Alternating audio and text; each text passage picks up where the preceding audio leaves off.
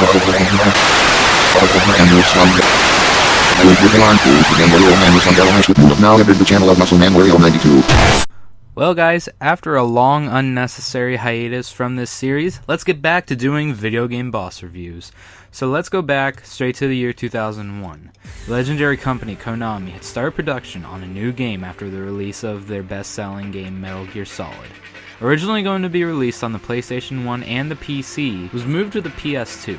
They wanted to create a game with the intention of an anime-style robot but with a focus on realism. Assisted by people who had scientific research on other anime series, the game was to focus on people with complicated lives. The main theme in this game was what is life, what is living all about. All of this ended up creating one of the best games ever made, Zone of the Enders. And our boss that we are going to be looking at in this episode is the big bad boss himself, Nohman, or Ridley Hardman, piloting the orbital frame Anubis.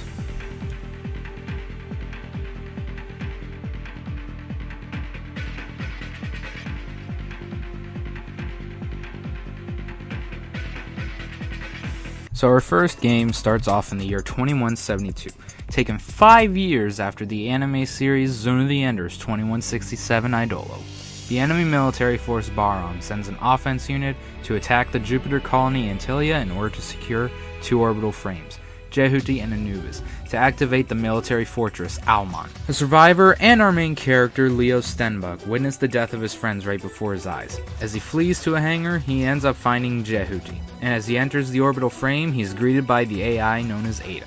And he manages to eliminate the Baram forces that are attacking his area and successfully manages to make the leader of the attack, a girl by the name of Viola, retreat. Viola pilots an orbital frame known as Neith and is under the orders of the leader of Baram, Nohman. As Leo progresses, he manages to defeat all of the Baram forces and save the Antilia colony. As this happens, Leo and Aya are constantly arguing about whether to kill or not, while Leo saves the lives of others. As they arrive at the warehouse to meet Rock Thunderheart, the man who is to send Jehuti to the Atlantis, Leo is ambushed by Viola and they battle once again. Before that, however, Nohman contacts her saying to save her strength, but she refuses. And Nohman manages to get his hands on Anubis, so he tells Viola to leave room for a fight so he could try out his new orbital frame. As Leo managed to win against Viola, he is tempted to destroy her, but he spares her life. As they are meeting Rock Thunderheart, Viola shoots Leo's friend Selvis from behind and calls him out for one last battle. So Leo ends up in the main core of the colony to fight Viola one last time, but not before defusing some bombs that are in the core that could destroy the entire colony. And as she drifts into space and is destroyed, Jehuti starts to resonate. And as they turn around, Anubis is there ready to fight and avenge Viola. And we look and see that Anubis' appearance is sort of like that of Jehuti. The only difference is that he has wings and he has sort of an outward appearance that's different, but they look kind of similar. Now while Anubis is a twin of Jehuti, as Ada mentions, that frame is another Jehuti. You two are not destined to meet yet. They are not equal in power yet, so Jehuti's attacks are nothing to Anubis as he manages to shield himself. He even shields himself from the burst attacks, which are basically the most powerful attacks in the game. Anubis' abilities in this fight include the Zero Shift in its early development, and the use of his staff. Since the fight lasts only a short amount of time, we could not get a full experience of the fight, but we got a first thought as to how Anubis can be in a fight. And we see in this game that Nohman's personality is that like a commander, an officer. Calling all orbital frames. Our mission this time is to secure these two new frames or to destroy them. I repeat, evacuate now. You have other things to do, don't you? The mission will be accomplished even without you, so you don't have to die in vain. And we see here that the battle between Jehuti and Anubis is inevitable, but it won't happen yet. I'll be there soon. I will be finished by the time you get here. Save some for me. I want to try out Anubis. I've got work to do. So at the beginning of the second game, Zone of the Enders, it takes place 2 years right after the events of the first game. And we see that it starts off on the Jupiter moon Callisto, where Baram is attempting to find Jehuti once again, as Leo is hidden the orbital frame so the Atlantis team wouldn't blow it up at the core of Almon. And there, a minor and former Baram soldier named Dingo Egret finds the orbital frame and pilots it, and fights off the Baram forces on Callisto, eventually encountering Ken Marineris piloting the orbital frame Argent. And after he defeats her, he heads into a battleship that invaded Callisto. There, he encounters a new orbital frame known as Nephthys, the advanced version of Neith, piloted by the Viola AI, the AI replica of the late Viola from the first game. Though after the short fight, a resonation happens again, knowing that Anubis' presence is near. And as you progress into the next room, Anubis appears again and changes form somewhat, with his wings spreading out and permanently in the position of crossed arms. Now we notice here with Anubis' appearance that it is slightly different from the first game. As you can see, the parts where it looked as if it were slightly blue, they are now completely and totally pale white. As the fight progresses, we can actually land some damage on Anubis, and we see that he's got a few different attacks. Like now, he can shoot out a super powerful fireball that's basically a homing missile going toward you. He can actually shoot small bullets from his orbital frame. But as the fight progresses, we get forcefully thrown back as this seems to be just a force lost battle. And after Nohman finds out that the pilot is Dingo, he goes from his casual commander personality that we hear at the beginning of the fight to slowly insane. I remember you. Nohman. It's Dingo. And he spares Dingo's life. But before that, we find out that Dingo is formerly in Nohman's unit. So after he spares his life and meets him in person, they have a heated argument. You have come back under my command. Come back? You must be kidding! You can't deceive me with beautiful words like freedom and independence anymore! Do you realize how many of my comrades died back there? Say it! You killed them! I wouldn't know. You devil! Dingo! You make me sick. As Dingo walks away, ending the argument with Nohman,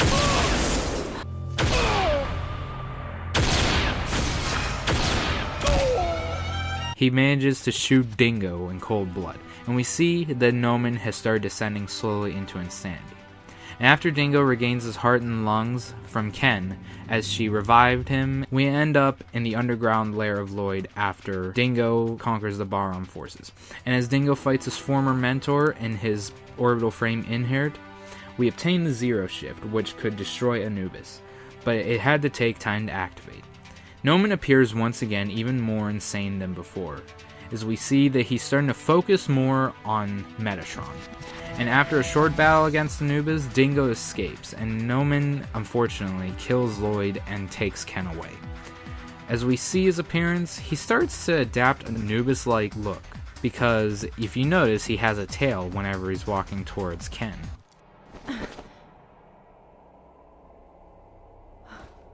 Ken, what are you doing here? Let's go. It's time to activate Auman. And the reason for his insanity is because of his major exposure to the Metatron, making him believe that the will of it is destruction and tries to destroy mankind as he descends more into nihilism. After the assault on the Auman crevice and ending up in the supposed fortress, a duplicate Anubis, piloted by Ken, appears, and after managing to damage it, as Jehuti has been upgraded to version 2 with the Zero Shift and more powerful attacks, the real Anubis appears and takes Dingo, Ken, and Leo to the real Auman fortress on Phobos. The night after, we see Nohman in his official full insanity. And we notice that he's started to go more insane, as we see that now his teeth are sharpened, and that whenever they are ascending into space, the light from Anubis that flows through it starts flowing into Nohman also. And as they fly through compressed space, the real battle happens, since now Jehuti and Anubis are equal. We see that the battle here is fast-paced, and we are finally able to give Nohman what he deserves. Even though Jehuti is damaged though, his power remains intact, as you are now able to use the Zero Shift like Anubis has. And after Nohman was disabled for battle, he crashes on Auman and gets swallowed up into the core of the fortress, ready to destroy mankind with the power of Metatron. It's the end for you, Nohman. Same for Baram.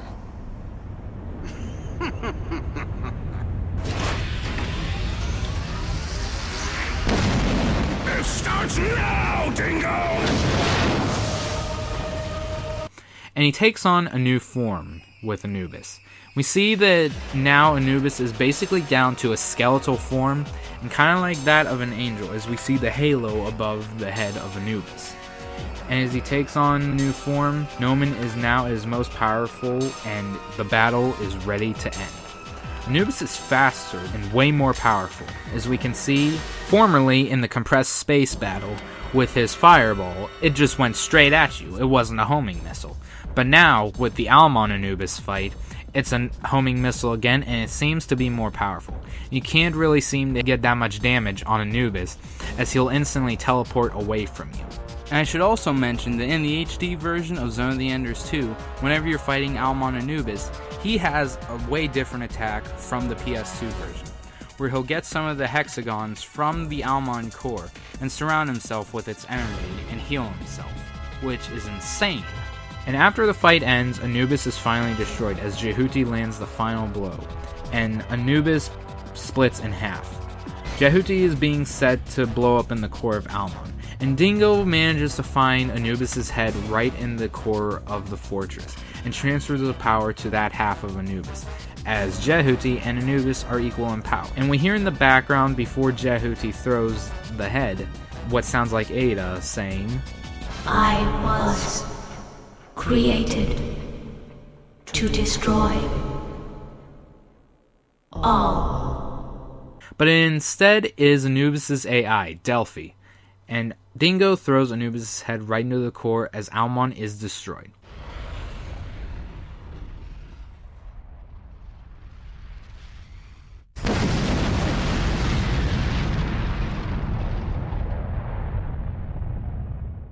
I believe that Nohman is a foundation for a character who goes straight from a valiant commanding officer straight down to a nihilistic maniac bent on the extinction of all life.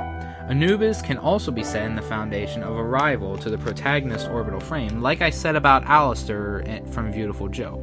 However, while rivals can be equal in power, it's not based on the power as to who will win, but instead is the skill of the runner that shows who is dominant. And this shows that Anubis has to be another one of my favorite boss fights, because at first, he's not able to be defeated because your power is not up yet. But as you manage to enhance your strength, Anubis can be beaten. Well guys, with that, that's my review of Anubis for the Video Game Boss Reviews.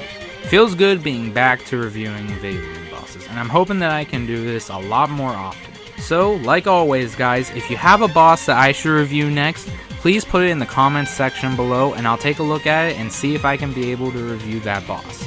It depends on if I have the games that feature that boss and the system. So until then guys, this is Muscleman Warrior 92 signing off, and gamers, let gaming live on.